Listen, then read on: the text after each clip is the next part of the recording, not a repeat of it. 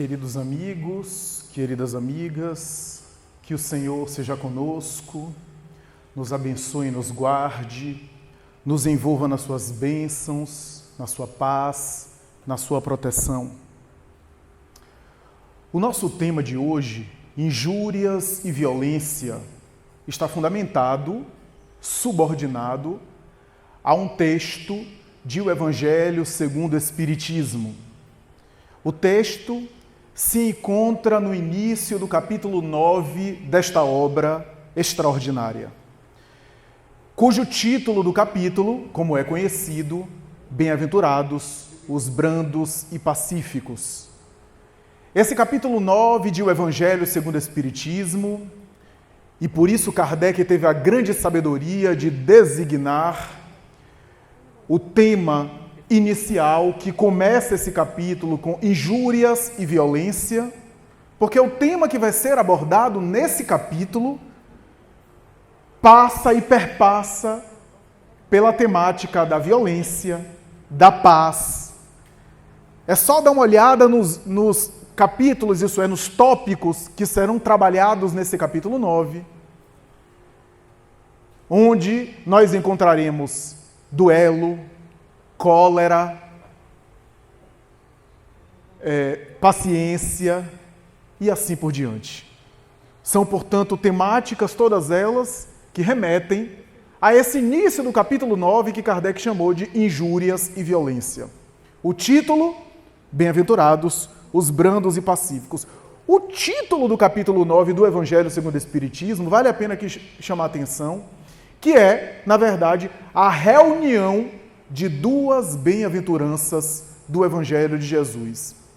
Allan Kardec, como é sabido entre muitos espíritas, selecionou aqueles temas mais importantes do ponto de vista moral do Novo Testamento, reuniu eles em temáticas didáticas, dividiu eles de maneira ali organizada, e cada um desses 28 capítulos do Evangelho segundo o Espiritismo é um tema importante que está no Novo Testamento, que Kardec recolheu, selecionando aquelas passagens mais célebres, mais claras. O que significa dizer que o Evangelho de Jesus tem mais coisa. Kardec não colocou todas as passagens para ser examinadas do Evangelho de Jesus no livro O Evangelho segundo o Espiritismo. Ele diz isso na introdução. O Evangelho de Jesus é rico de informações e tem elementos culturais, tem temas polêmicos, tem questões históricas da época, tem determinadas abordagens que serviram para dogmas de religião, mas o nosso objetivo no Evangelho segundo o Espiritismo é o ensino moral. Porque no ensino moral, todas as religiões se curvam. Ele coloca isso. Todas as religiões reverenciam. O ensino moral é ponto pacífico de toda a tradição cristã. E por isso ele selecionou os temas morais que Jesus abordou, porque esses são os temas mais relevantes para nós.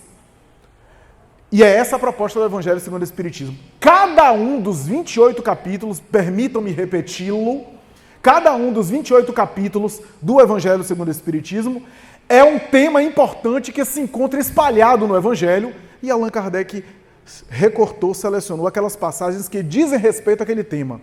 E o título de cada capítulo é, digamos assim, o tema central, o tema que vai ser abordado em tópicos. Capítulo 9, portanto, Bem-aventurados os brandos ou os mansos e pacíficos. E aí, primeiro tópico, injúrias e violência. Nesse tópico, Allan Kardec coloca, como acontece em todos os capítulos do Evangelho segundo o Espiritismo, ele começa o capítulo citando a passagem sobre a qual ele está se baseando para desenvolver os temas. Ele começa assim, então ele cita a passagem do Novo Testamento, faz um comentário. Quando você vê Emmanuel, quando você vê outros autores espirituais, o próprio irmão Jerônimo aqui, comentando passagem do Novo Testamento, Allan Kardec é pioneiro. Quando você vê hoje Nicholas Thomas Wright no protestantismo, talvez o maior teólogo do mundo atualmente, o maior especialista no apóstolo Paulo, quando você vê Abraham Rocha Heschel, quando você vê os grandes teólogos hoje recortar versículo e comentar sobre esse versículo, Allan Kardec foi pioneiro, século XIX. Ele pegava um versículo, ou um trecho do Evangelho, fazia um comentário e na terceira parte ele dava o microfone para os Espíritos. Instruções dos Espíritos, que é como acaba praticamente todos os capítulos. Capítulo 9, injúrias e violências. Aí ele coloca a passagem que serve de base, de matéria-prima para todo o tema que ele vai desenvolver. E qual é a passagem, ou melhor, quais são as passagens desse capítulo 9 que fundamenta o tema da violência, ou melhor, estuda o tema da violência? São duas bem-aventuranças, que na verdade ele reuniu em uma só e fez o título, Bem-aventurados os brandos e pacíficos. São duas. Essas bem-aventuranças estão lá no Evangelho de Jesus, no texto de Mateus, capítulo 5, que contém as bem-aventuranças.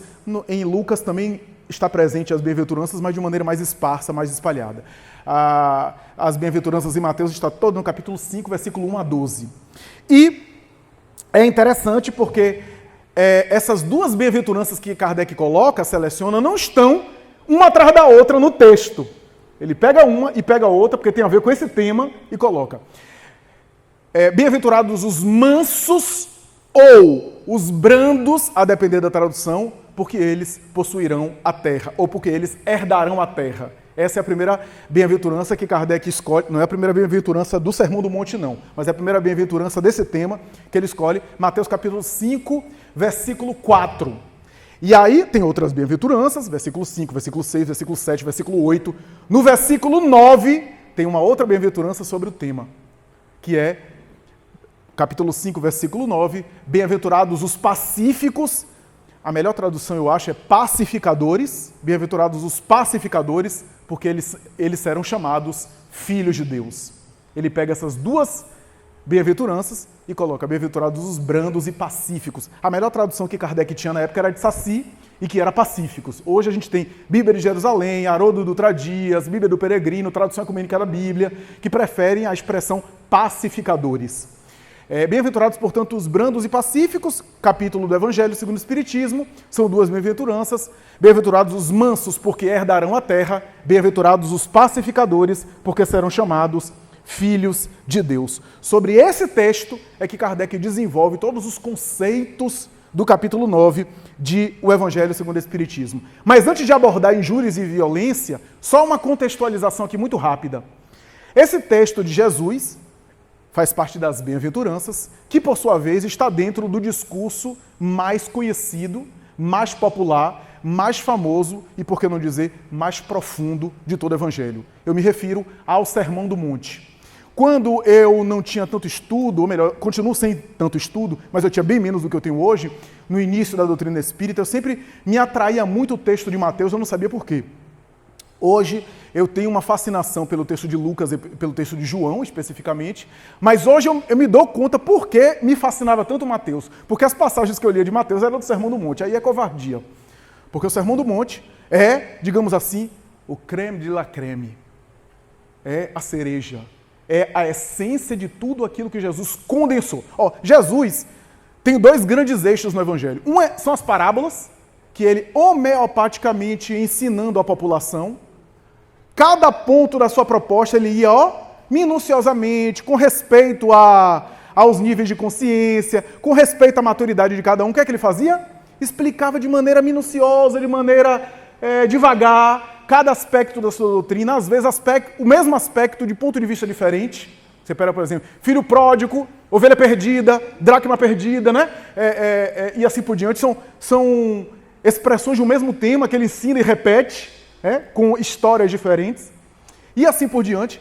Nas parábolas ele, portanto, é devagar, ele é didático, ele é pedagógico, respeitando o nível da população que acorria a ele. O nível era variado, desde os mais intelectuais até as pessoas mais simples intelectualmente. Então ele tinha que, com as parábolas, fazer isso. No Sermão do Monte, ele condensou tudo num poder de síntese absurdo. Ali está tudo do Evangelho ali, na mais alta expressão de espiritualidade. No mais alto nível. Sermão do Monte em Mateus, que está no capítulo 5, 6 e 7, e em Lucas, que está espalhado por todo o Evangelho. A gente sabe que essa configuração de Mateus bonita e condensada tem um propósito. Quem leu Humberto de Campos Espírito, Boa Nova por Chico Xavier, vai saber a razão, porque Humberto de Campos traz a razão, está lá, o Sermão do Monte, capítulo 11, se não me falha a memória. Mas o Sermão do Monte fez vários intelectuais, aliás, fez as multidões ao longo dos tempos que se debruçaram sobre o Evangelho, simplesmente ficarem boquiabertas com o Sermão do Monte. Fridtjof Schwann, o famoso pai da filosofia perene, que tentava reunir a sabedoria espiritual de todas as tradições religiosas, chegou a afirmar o seguinte: o Sermão da Montanha é a substância de toda a espiritualidade, de toda a religião. Mahatma Gandhi, que não era cristão, era hinduísta, disse: quando eu li o Sermão da Montanha, eu percebi que aquela mensagem de ahimsa, não violência, que eu havia adotado, alguém já havia dito algo melhor. E se o hinduísta quer ser um hinduísta completo, precisa conhecer o Sermão da Montanha. Se todos os livros se perdessem e ficasse apenas Mateus capítulo 5, nada estaria perdido. Palavras de Gandhi, que não era cristão. Teólogos ao longo dos tempos ficaram tão impactados com o Sermão da Montanha, até porque não dava para adulterar o Sermão da Montanha, porque a proposta é muito forte. E eu acredito até que muita gente que ouviu Jesus falar o Sermão da Montanha não entendeu nada na época, porque era um discurso de alto nível, profundo. Teólogos chegaram a afirmar, não poucos teólogos, católicos e protestantes ao longo dos tempos, chegaram a afirmar que o Sermão da Montanha é um discurso utópico, impossível de praticar, impossível de realizar, e que nada mais é do que uma idealização de um mundo ideal, de uma conduta ideal, e que é impossível. Essa era, portanto, a ideia que muitos religiosos fizeram. O Espírito Emmanuel, por meio de Chico Xavier, na famosa obra Pão Nosso, chega a afirmar o seguinte: o Sermão do Monte é a plataforma política de Jesus. Todo partido político, é melhor nem falar em política atualmente, né? Todo partido político tem a sua plataforma. O que é a plataforma de um candidato que pleiteia um cargo, que está se candidatando a uma eleição? A plataforma é o resumo da sua proposta, é a legenda, é a síntese do seu programa político. Emmanuel vai dizer que a plataforma de Jesus era o Sermão do Monte. No Sermão do Monte estamos ali com a síntese do seu programa para o planeta Terra, para a criatura humana. Humberto Roden chega a dizer: o Sermão do Monte é o coração do Evangelho. E o coração do Sermão do Monte são as bem-aventuranças. Se o coração do Evangelho é o Sermão do Monte, o coração do Sermão do Monte são as bem-aventuranças. 12 frases.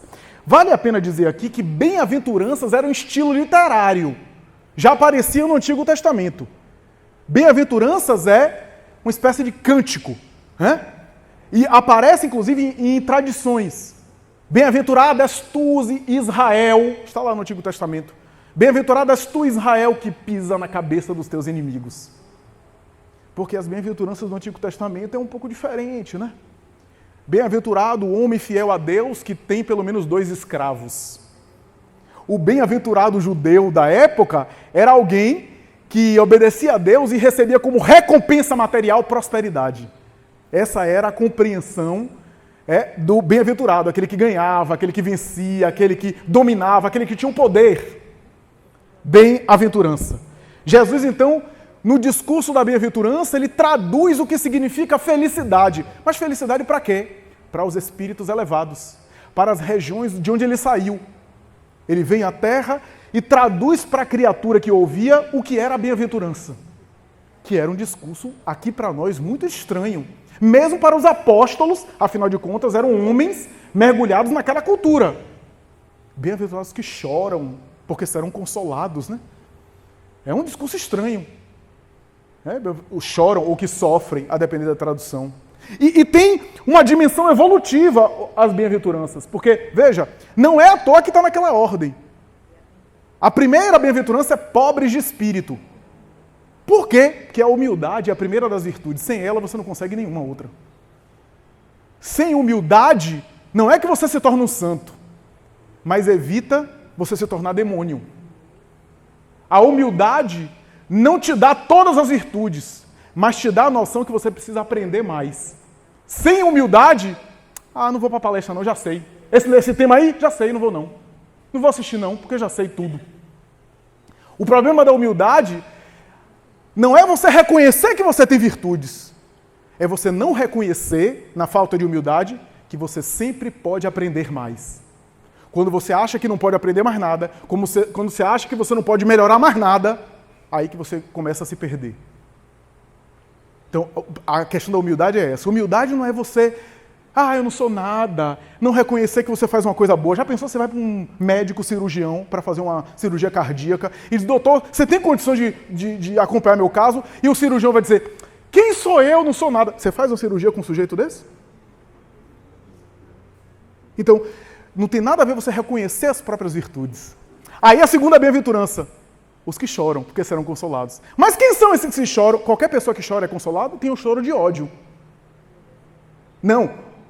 Quem chora que será consolado são os pobres de espírito. A primeira puxa a segunda. E assim por diante. E veja que é que nem videogame. Quanto mais passa de fase, mais difícil fica. Uma coisa é chorar e ser consolado. Bem-aventurados os que choram serão consolados. Mas, por exemplo, bem-aventurados os puros de coração, porque verão a Deus. Ser consolado é uma coisa, agora ver Deus... Veja, bem-aventurados os pacíficos, porque herdarão a terra. Herdar a terra é uma coisa, agora os pacificadores, que é uma depois, serão chamados filhos de Deus. Cada uma tem uma compensação específica. Isso foi pensado. Não é à toa essa arrumação e essa ordem.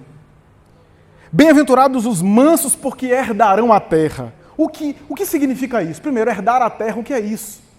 Primeiro, a compreensão judaica de compensação material. Moisés dizia, honrai pai e mãe para que tenhais muitos dias de vida na terra. A compensação era material. Então Jesus faz uma alusão, inclusive ao Antigo Testamento, herdar a terra. Mas o que seria herdar a terra aqui? Primeiro, a violência destrói os violentos. As pessoas violentas, as pessoas agressivas, agressividade no mau sentido, porque em psicologia a agressividade não é ruim. A agressividade não é ruim. A violência que é ruim. Porque a violência é aquilo que a agressividade tem de pior. Se você estuda para concurso determinado, você está usando a agressividade de maneira positiva. Se você é empenhado no esporte, na academia, você está utilizando a agressividade para um fim bom. A agressividade é um vetor neutro. Mas quando eu violo o outro, aí é violência. Violar, violência. Então, herdarão a terra. O que isso significa? Significa que as pessoas violentas estão se matando. Mas não estão se matando só no conflito físico, não.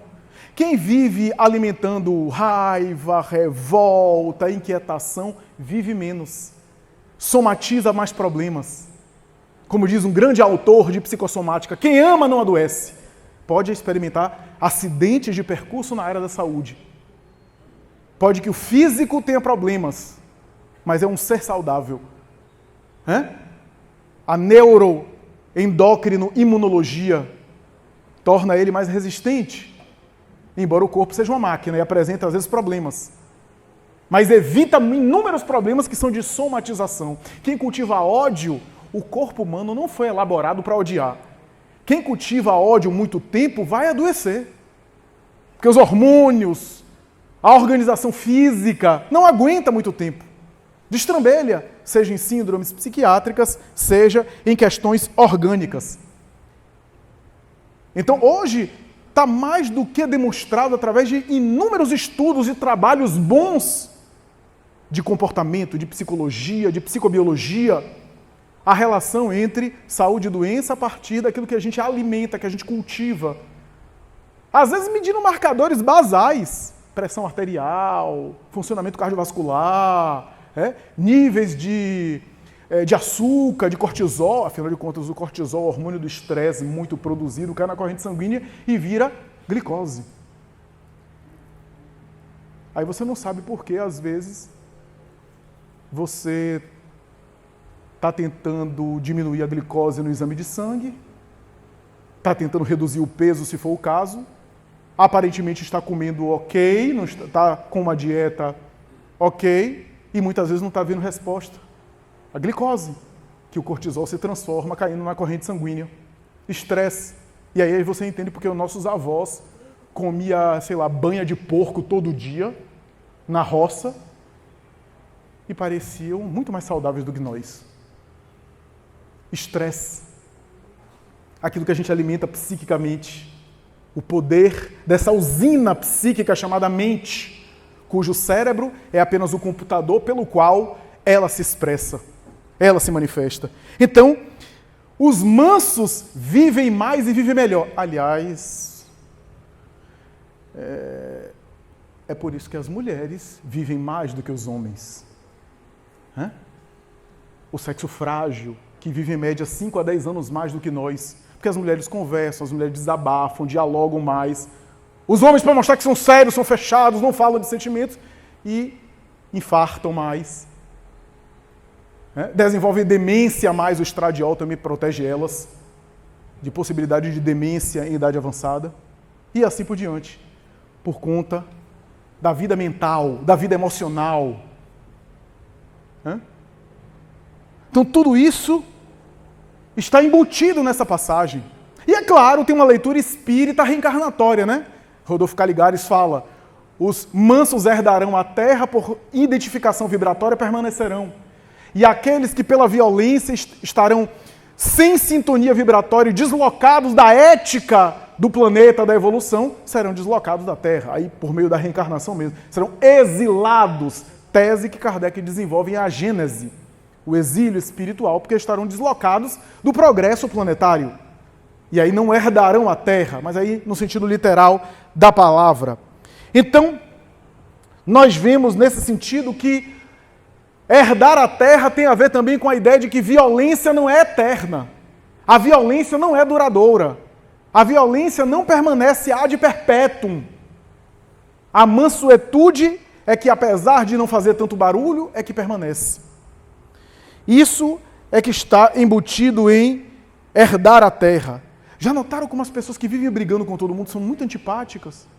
E depois não sabem por que vivem só. Vivem afastando as pessoas porque vivem em briga. Quem é que gosta de estar alguém que está sempre inflamado? Que está com alguém que está sempre brigando? Sempre catando confusão? Em todo lugar? Se é nas redes sociais, louvado seja Deus. E é briga, e é confusão, e é sai de grupo, entre grupo. Outubro a gente vai ver isso aqui. As famílias se dilacerando, fissuras emocionais por políticos que nem conhecem você, que nem sabem que você existe.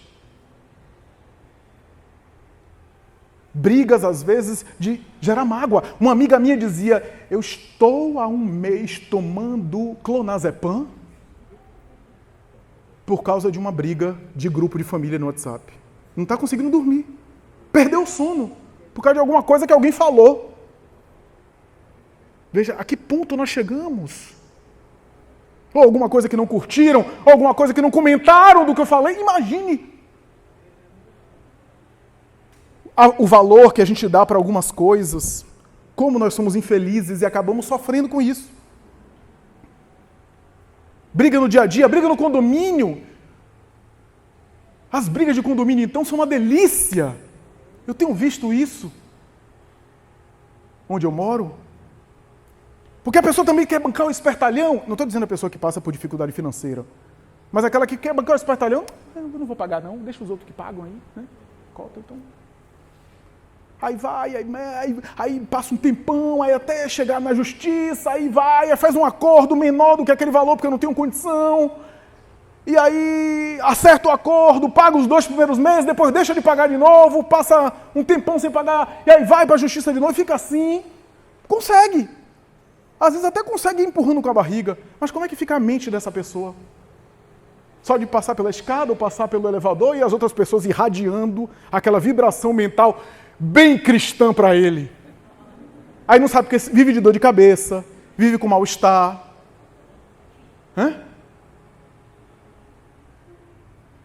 E isso também é violência. Violências internas. A violência não é só bater nos outros, etc. Violências internas que agridem a nós mesmos, inclusive. Os duelos mentais, as brigas mentais. A judicialização das relações. Hoje qualquer coisa é processo. Já contei isso aqui, que certa vez eu estava no supermercado, na fila de supermercado, e tinha uma mulher exaltada, brigando com o gerente do mercado lá, porque tinha um mosquito, na época da Zika, lembra da Zika? Tinha um mosquito que picou ela no mercado, ela ia botar o mercado na justiça, porque a culpa era do mercado. Claro, a culpa era do mercado que deixou o mosquito entrar.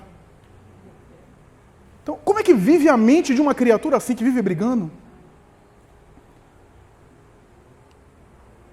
Que a gente leva as coisas para o lado pessoal. Então, ser manso é um desafio. Mas veja, como eu disse, as bem-aventuranças têm um caráter evolutivo. Primeiro as que vêm antes, para depois conquistar as outras. Dá para ser pacificador sem ser manso? Não. Primeiro tem que ser manso, para depois ser pacificador. Por quê? Quem é o manso? O manso é aquele que já se controla. Que, aliás, é uma tarefa dificílima. Ter controle sobre si mesmo. Porque controlar os outros é fácil. Difícil é se controlar. Ter controle sobre os próprios impulsos. Ter controle sobre as suas emoções. Eu me lembro de Sócrates que dizia que se você não consegue dizer não para você, você não é livre. Você não é livre. Dizer não para si mesmo é ser livre do próprio desejo, do próprio vício. É ter condição de ser livre, de escolher, de dizer não para si. Porque aquele que vive dizendo sim para tudo é escravo de vício. Está sendo joguete, está sendo marionete dos próprios impulsos, dos próprios desejos, da libido, da compulsão. No fundo é escravo das paixões.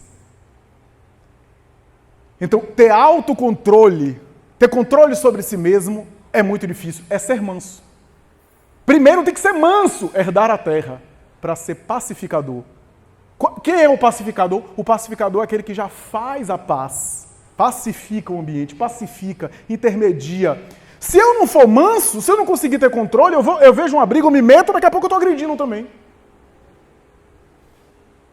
Porque eu não consegui me dominar ainda, dominar os meus próprios impulsos, eu não sei quem eu sou, eu não me conheço. Então não sei como é que eu vou reagir a depender da situação. Eu reajo mal, eu não tenho vida interior, eu não tenho reflexão. Então primeiro eu preciso me dominar, para depois eu conseguir pacificar. Por isso que as bem-aventuranças têm esse caráter evolutivo. Pacificar significa fazer a paz. O pacificador é alguém que pode até agir de maneira contundente, de maneira incisiva, mas não se desequilibra. Consegue ser firme. Novamente, exemplo de supermercado é uma maravilha, né? Outro exemplo de supermercado. Estava numa fila certa vez, aí chegou uma pessoa, daquelas pessoas que querem realmente... Eu não sei se elas acreditam no discurso dela. Uma criatura entrou no mercado e queria furar a fila, dizendo, meu pai está na UTI, não sei o quê, no hospital, e eu tenho que passar aqui, etc. E aí eu vi um casal, eu só estava observando, né? Quem gosta de estudar comportamento fica de olho nessas histórias. E aí o marido, beliscando a mulher, disse, deixa ela passar. Ela disse, não. A mulher foi de uma lucidez, não se desequilibrou, não se irritou, disse, escuta fulana, seu pai está na UTI, está com problema de saúde, e você vem aqui comprar coisa de mercado? Não, eu não vou nem deixar você passar por causa de seu pai. Você devia largar tudo aqui e ficar comprando comida enquanto o seu pai está morrendo na UTI. Vá lá! Não vou deixar você passar por caridade a seu pai. E não deixou. Não há elegância para educar ela também. Então, veja que o pacificador é aquele que já se controlou a ponto de conseguir, portanto, agir com paz e produzir a paz aonde se encontre. E serão chamados filhos de Deus. O que é isso? Filhos de Deus, na tradição do judaísmo, era uma expressão idiomática, era uma expressão linguística, que significava espiritualizado. Aquele que é pacificador já se espiritualizou. Aliás, dá para entender, né? O cavalo gera um filho que é o quê? Cavalo também, é a natureza. Linguagem de função. O filho do cachorro é um cachorrinho, é cachorro também. Ser chamado filho de Deus é o quê? É ser divino. É ter uma natureza divina. É o mesmo de filho da luz, ou seja, alguém que se espiritualizou. Então, bem-aventurados os pacificadores, porque serão chamados filhos de Deus, é aqueles que já desenvolveram espiritualidade. Gandhi, que tinha um temperamento bastante intempestivo, ele diz isso em uma das suas autobiografias, e que procurou dominar com muita força, com muita vontade, com muito querer, a ponto de depois produzir paz e dar um exemplo maravilhoso diante do Império Britânico, a ponto de, em alguns momentos, ser surrado publicamente e não reagir, porque era isso que o Império Britânico queria, para chancelar, legitimar uma morte em massa. E ele deu um exemplo maravilhoso, a ponto de, em uma das cenas mais famosas da sua vida, ele já estava fazendo aquela greve de fome, deitado, porque não bebia nem água, desvitalizado. Ele dizia que o jejum dele não era político, era religioso. E aí um homem se acercou dele e disse assim: eu quero lhe perguntar se tem algum modo para eu não ir para o inferno, porque eu acho que eu vou para o inferno. Eu sou hinduísta. E na guerra que teve aqui entre hinduístas e muçulmanos, os muçulmanos entraram na minha casa, tocaram fogo na minha casa e mataram minha família, minha mulher, meus filhos, e eu vi eles sendo incendiados, não pude fazer nada. Quando eles saíram, passou uma criança muçulmana e eu, louco de ódio, peguei essa criança e esmaguei o crânio dela com as minhas mãos. Ainda me lembro a massa encefálica dela nas minhas mãos. E eu não esqueço nunca mais essa cena. Eu vou para o inferno. E Gandhi, muito fraco, disse: tem uma maneira de você não ir para o inferno. Adote uma criança muçulmana e crie como seu filho, eduque e ame como seu filho, só que nos moldes muçulmanos. Se você fizer isso, você não vai para o inferno. Que resposta de um pacificador.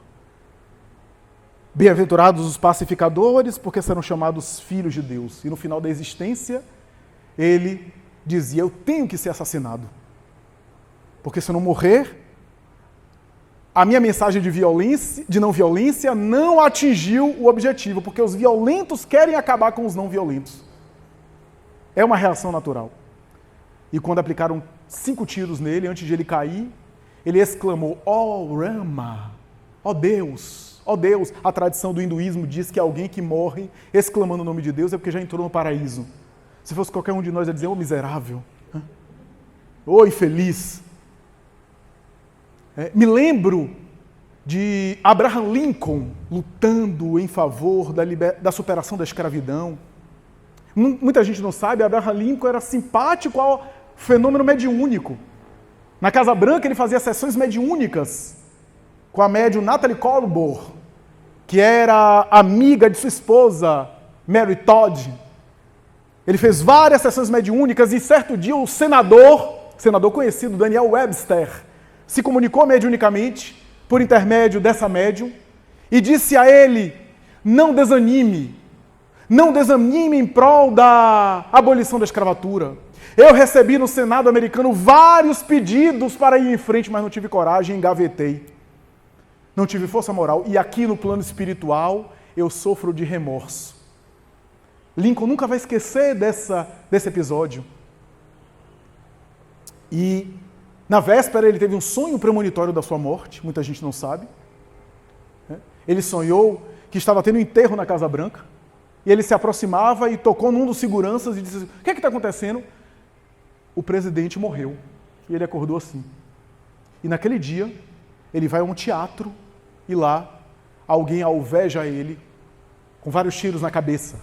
João Booth, que era contrário à proposta da superação da escravidão, do apartheid americano, amando de Edwin Moses, um político que era adversário seu. Mas o que muita gente não sabe é que essa atitude pacífica de Lincoln, inclusive os seus exemplos, frutesceram mais tarde, porque a pacificação tem isso. João Booth, vítima de um remorso, mais tarde assassinado também, chega ao plano espiritual, narram os bons espíritos e reencarna mais tarde, algumas décadas depois, como Martin Luther King Jr. É emocionante ver Luther King falando sobre I Have a Dream, o famoso discurso dele, e a estátua de Lincoln atrás dele, no famoso discurso. Era João Booth, o assassino de Lincoln reencarnado.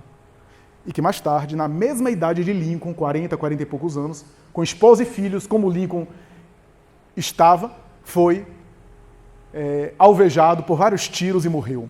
O político Edwin Muses, o mandante do crime, reencarna como John Fitzgerald Kennedy, e que mais tarde teve um fim parecido, e que era amante dos ideais libertários e da superação do preconceito racial, da discriminação racial norte-americana, do apartheid racial americano.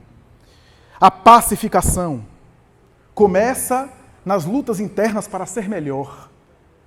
A identificação com a paz interior, com um tipo de vida que se harmonize consigo mesmo, para poder ser harmônico com os outros.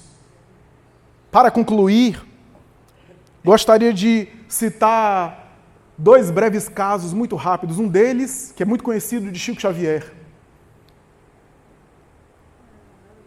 Ramiro Gama conta isso em Lindos Casos de Chico Xavier. Chico, além do trabalho social, do Ministério da Agricultura, como datilógrafo, as várias atividades que ele tinha, ele chegava em casa e tinha vários animais, gatos, cães, e tinha um cãozinho que estava muito doente, que exigia ele ficar até altas horas da madrugada, limpando, tratando. E aí uma irmã sua, que gostava muito de Chico, resolveu, por caridade, resolver o problema de Chico e matou o cachorro. Na cabeça dela, ia resolver o problema e fez essa caridade. E Chico ficou magoado. Ele admitiu que chegou a cair de cama, porque tinha muita sensibilidade em relação aos animais. Ficou mal. E Emmanuel, certa vez, apareceu e advertiu ele. Você está há 2 semanas assim, estamos tendo dificuldade de conseguir conexão com o seu campo psíquico para produzir a psicografia, para transmitir as informações. 2 semanas. Tem gente que está há 20 anos que não fala com alguém na família, que vive magoado. 20 anos. 2 semanas. Emmanuel já não estava conseguindo campo mental com ele. E aí Emmanuel diz assim, eu sugiro a você procurar descobrir o que é que sua irmã gosta. E depois de descobrir alguma coisa que ela goste, você providenciar comprar e dar de presente para ela. E Chico, mas fui eu que fui o magoado. E Emmanuel disse, mas a receita não é minha, é de Jesus Cristo. Reconcilia-te o mais depressa possível com teu adversário enquanto estás a caminho com ele. Tchau. E desapareceu. Aí Chico foi procurar saber, sonhava muito com a máquina de costura, a famosa Singer. Eu não era reencarnado na época, eu estava desencarnando da outra, mas algumas pessoas daqui devem lembrar. Ele disse que o meu salário de funcionário público, modesto, eu acho que ele está pagando as prestações até hoje, no mundo espiritual. Na máquina cara, deu para ela deu um abraço nele, mas deu um abraço nele, que ele sentiu a irradiação e as luzes que saíam dela envolviam ele, e ele sentiu aquele bem-estar, e superou aquela mágoa. Pacificação, mansuetude. E por fim, no livro A Vida Escreve, sempre quando eu falo desse tema, eu me lembro desse caso. No livro A Vida Escreve tem um caso contado por Hilário Silva, que aconteceu aqui no Brasil, na Federação Espírita Brasileira. Na época, a FEB tinha a sua sede principal no Rio de Janeiro, na Avenida Passos, e estamos falando aqui do final do século XIX, começo do século XX. E houve uma reunião mediúnica, na época, Frederico Júnior, considerado o maior médium do Brasil, na época estava encarnado, o médium que recebeu inclusive mensagens mediúnicas de Allan Kardec, à comunidade brasileira e tantos outros. Frederico Júnior estava reencarnado, participava da sessão, outras pessoas como Bittencourt Sampaio e tantas outras ali presentes. E aí Hilário Silva conta que nesse dia de sessão mediúnica, e as sessões mediúnicas da Federação Espírita Brasileira são disciplinadas, dê o horário, fecha a porta, se Jesus chegar atrasado, Jesus fica fora.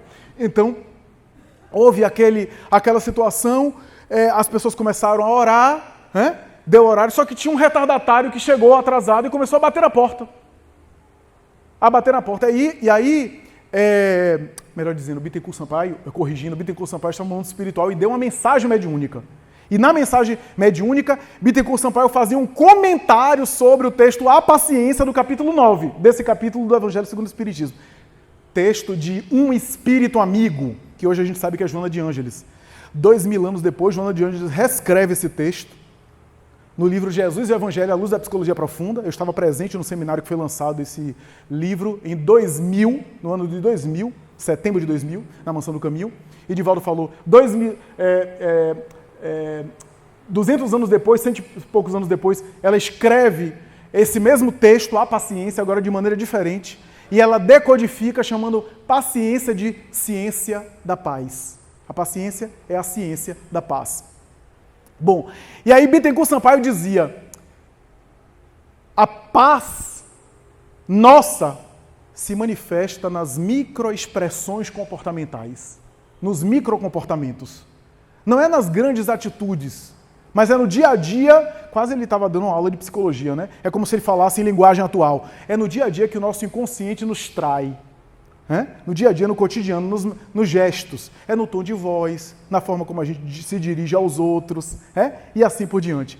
E ele dizia, nas menores expressões a gente vê o nível de irritabilidade, que é a violência, o nível de irritabilidade do outro, a forma do outro tratar. E aí, enquanto ele estava falando, o sujeito que chegou atrasado e viu a porta fechada, começou a aumentar e começou a bater mais forte ainda.